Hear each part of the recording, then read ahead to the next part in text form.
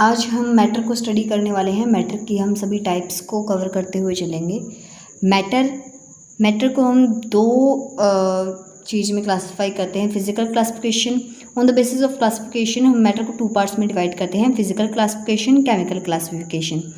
Physical classification को based on के normal conditions जैसे कि टेम्परेचर, प्रेशर्स, इनके अंदर जो फिजिकल स्टेट है मैटर की वो 3 टाइप्स की होती है, solids, liquids and gases. And इनको भी हम फर्दर आगे हम देखेंगे ज़्यादा डिटेल के अंदर कि सॉलिड्स के अंदर जो कंस्टिट्यूएंट पार्टिकल्स होते हैं वो बहुत ही क्लोजली पैक्ड होते हैं, और लिक्विड्स के अंदर वो थोड़े दूर दूर होते हैं, और गैसेस के अंदर वो बहुत ज़्यादा दूर होते हैं। ठीक है, और हम इनके अंदर क्या देखने वाले हैं कि जो मोशन होता है सॉलिड्स का वो बहुत ही निग्लिजिबल होता है, वो वाइब्रेटरी मोशन होता है, क्योंकि सभी पार्टिकल्स एक दूसरे के साथ बहुत ज़्यादा टाइटली चिपके होते हैं। लिक्विड्स के अंदर जो मूवमेंट होती है पार्टिकल्स की वो थोड़ी सी उनको फ्रीडम दी हुई होती है कि वो थोड़ा सा मूव कर सके, जैसे कि वाटर का ही एग्जांपल है, तो उनके अंदर जो पार्टिकल्स हैं कंस्टिट्यूएंट वो मूव कर पाते हैं। नेक्स्ट, गैसेस के अंदर जो है पार्टिकल्स बहुत ही दूर दूर होते हैं, तो उनके पास बहुत ज़्यादा फ्रीडम होती है मूव करने की, वो कहीं पर भी जा सकते हैं। केमिकल क्लासिफिकेशन के अंदर ये वैसे तो 4 टाइप्स के होते हैं, इसके अंदर होमोजीनियस, हेट्रोजीनियस भी अलग से लिए होते हैं, बट बेसिकली हम पढ़ेंगे प्योर सब्सटेंसेस और मिक्सचर्स के अंदर ये डिवाइडेड होता है। और प्योर सब्सटेंसेस आगे फर्दर एलिमेंट्स और कंपाउंड्स के अंदर डिवाइडेड होता है, और मिक्सचर्स जो हैं वो 2 टाइप्स के होते हैं, होमोजीनियस और हेट्रोजीनियस मिक्सचर्स। ठीक है, कंपाउंड्स आगे फर्दर 2 टाइप का होता है, इनऑर्गेनिक कंपाउंड और ऑर्गेनिक कंपाउंड। ऑर्गेनिक वो जिनके अंदर कार्बन के साथ कोई आइटम लगा होता है, यानी कि कार्बन तो होता ही होता है, तो वो ऑर्गेनिक कंपाउंड हो गई। इनऑर्गेनिक कंपाउंड कोई भी 2 एलिमेंट्स को हम लेते हैं, ठीक है, तो वो इनऑर्गेनिक कंपाउंड हो जाते हैं, बट वो कार्बन नहीं होते। अभी तक हमने पढ़ा हुआ है कि मैटर क्या है, जो स्पेस को ऑक्यूपाई करे, जिसके पास कुछ मास होता है, जो स्पेस को ऑक्यूपाई करे, वो हमारा मैटर होता है।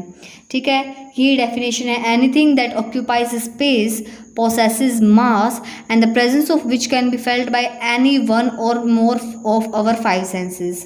यानी कि जो भी कुछ है, चाहे दिखता है चाहे नहीं दिखता है, ठीक है, हमारे अंदर है हमारे बाहर है, यानी कि हमारी बॉडी के अंदर और हमारे बाहर, एनीथिंग दैट ऑक्यूपाइज स्पेस, जो कि स्पेस घेरता है, ऑक्यूपाई करता है, एंड पोसेस मास, और उसका कुछ मास होता है, और जिसकी प्रेजेंस को हम कैसे फील कर सकते हैं, हमारी 5 सेंसेस से फील कर सकते हैं, वो हमारे पास मैटर होता है।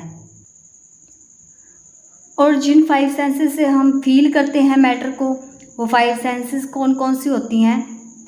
एक तो हमारे पास होता है साइट, यानी कि देखना, आइज़। दूसरा टच, तीसरी smell, nose, fourth hearing, ears, and taste, tongue is called 5 senses.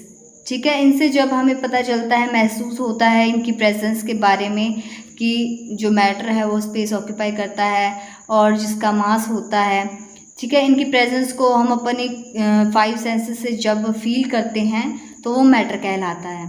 ठीक है, यूनिवर्स जो है वो 2 ही चीज़ों से मिलकर बना है, एक मैटर और सेकंड है एनर्जी। सो मैटर प्लस एनर्जी आपका मिलकर यूनिवर्स बनाता है। एग्जाम्पल, जैसे कि मैटर के जो एग्जाम्पल्स है वो है क्लोथ्स, जो हम पहनते हैं, इनको हम देख भी सकते हैं, ठीक है, अपने बॉडी पे फील भी कर सकते हैं। गोल्ड, ठीक है, देख सकते हैं, आयरन को भी देख सकते हैं, प्लास्टिक्स, वुड, वाटर को हम टेस्ट कर सकते हैं, इसका pH 7 होता है।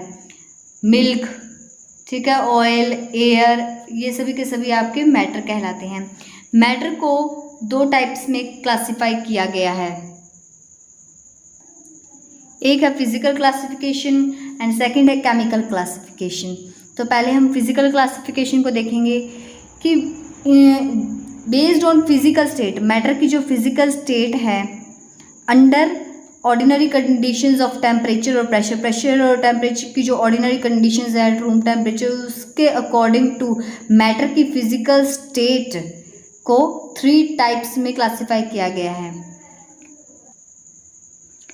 पहला है solids, then liquids and gases. ठीक है, ये आपका एक छोटा सा डायग्राम है एंड इसको भी हम डिटेल में स्टडी करते हैं, सॉलिड, लिक्विड और गैसेस। सॉलिड्स जो हैं इनके अंदर पहला पॉइंट तो ये आ गया कि जो कंस्टिट्यूएंट पार्टिकल्स हैं are very closely packed in an orderly fashion. ठीक है, पहले तो यहाँ तक ही देख लीजिए। Constituent particles are very closely packed in an orderly fashion, यानी कि वो एक ऑर्डर के अंदर बहुत ही क्लोजली पैक्ड होते हैं। जो सॉलिड के कंस्टिट्यूएंट पार्टिकल्स होते हैं वो एक ऑर्डर के अंदर बहुत ही क्लोजली पैक्ड होते हैं। ठीक है, सेकंड जो है वो लिक्विड्स के अंदर, इसी की बात कर लेते हैं कंस्टिट्यूएंट पार्टिकल्स की। सो लिक्विड्स के अंदर the particles are comparatively less close to each other. Solid के कंपैरेटिवली वो कम क्लोज होते हैं एक दूसरे के। ठीक है, थर्ड जो है वो है गैसेस के अंदर कि पार्टिकल्स जो हैं इसके वो बहुत ज़्यादा दूर होते हैं। ठीक है, पार्टिकल्स आर फार अपार्ट। अब इनके फोर्सेस के बारे में बात कर लें, क्योंकि फोर्सेस जो है वो कंस्टिट्यूएंट पार्टिकल्स के ऊपर ही बेस्ड है। ठीक है, तो सॉलिड्स के अंदर there is not much freedom of movement. Motion की बात कर लेते हैं। So there is not much freedom of movement, यानी कि सॉलिड्स को बहुत ज़्यादा मूवमेंट करने की फ्रीडम नहीं होती except vibratory motion. Vibratory motion मतलब कि अपनी एक ही जगह पर वाइब्रेट करते रहना, उसका इनके जो वाइब्रेटरी मोशंस होते हैं वो बहुत निग्लिजिबल होते हैं। ठीक है, लिक्विड्स के अंदर therefore they can move around, क्योंकि इनके कंस्टिट्यूएंट पार्टिकल्स जैसे कि अपन ने देखा है कि वो सॉलिड से कम क्लोज होते हैं। सो इसलिए वो एक दूसरे के अराउंड मूव कर सकते हैं, पार्टिकल्स एक दूसरे के अराउंड मूव कर सकते हैं। और गैसेस के अंदर तो जैसे हमने देखा है the particles are far apart, इसलिए इनके पास ज़्यादा फ्रीडम होती है मूवमेंट की, इसलिए वो बहुत दूर तक जा सकती है। इसी के कारण कंस्टिट्यूएंट पार्टिकल्स के कारण ही they possess a definite shape. Solids जो हैं वो डेफिनेट शेप बनाते हैं और एक डेफिनेट इनका वॉल्यूम होता है, जबकि लिक्विड्स के अंदर इनके पास एक डेफिनेट वॉल्यूम होता है ओनली, पर डेफिनेट शेप नहीं होती। आप जिसके अंदर भी इनको डालोगे लिक्विड को, ये उसी का ही शेप ले लेता है। गैसेस के अंदर इनके पास ना ही डेफिनेट वॉल्यूम होता है ना ही डेफिनेट शेप होती है, क्योंकि ये जिस भी कंटेनर में आप इसको डालोगे ये उस पूरे कंटेनर को ऑक्यूपाई कर लेता है एंड सेकेंडली वो उसी की शेप ले लेता है। ठीक है, तो इनके पास शेप भी नहीं होती और वॉल्यूम भी नहीं होता। सॉलिड के एग्जाम्पल है sugar, iron, gold, would etcetera. ठीक है, लिक्विड के एग्जाम्पल्स है water, milk, oil, mercury, alcohol etcetera. And gases के हाइड्रोजन, ऑक्सीजन, CO2 यानी कार्बन डाइऑक्साइड एट्सेट्रा। ठीक है, अब इनके थोड़े से डायग्राम भी देख लेते हैं, यानी कि इनके कॉन्स्टिट्यूएंट पार्टिकल्स कैसे होते हैं अरेंज्ड। जैसे कि ये सॉलिड का है, तो इसके अंदर जो कॉन्स्टिट्यूएंट पार्टिकल्स है वो इतने क्लोजली पैक्ड होते हैं। ठीक है, एक दूसरे के साथ एक चिपके होते हैं, ये एक दूसरे के साथ बहुत ही मतलब थोड़ी सी भी ये स्पेस नहीं देते, ये ऐसे चिपके होते हैं। सेकंड, अगर हम लिक्विड्स की बात करें तो जैसे कि हमारे पास ये एक बीकर है, बीकर के अंदर मान लो वाटर है, तो इसके अंदर जो कंस्टिट्यूएंट पार्टिकल्स हैं वो थोड़े दूर दूर होते हैं ताकि वो एक दूसरे के अराउंड मूव कर सकें। अगर हम गैसेस की बात करें तो मान लीजिए ये हमारे पास एक कंटेनर है गैसेस के लिए, ऊपर से हमने इसको किया हुआ है बंद ताकि गैस बाहर ना निकले, क्योंकि नहीं तो वह फिर पूरे एनवायरनमेंट को भी कवर कर लेती हैं। सो गैसेस जो हैं वो एक दूसरे से बहुत ज़्यादा दूर होती हैं। ठीक है, इसलिए इनके पास ज़्यादा फ्रीडम होती है मूवमेंट की।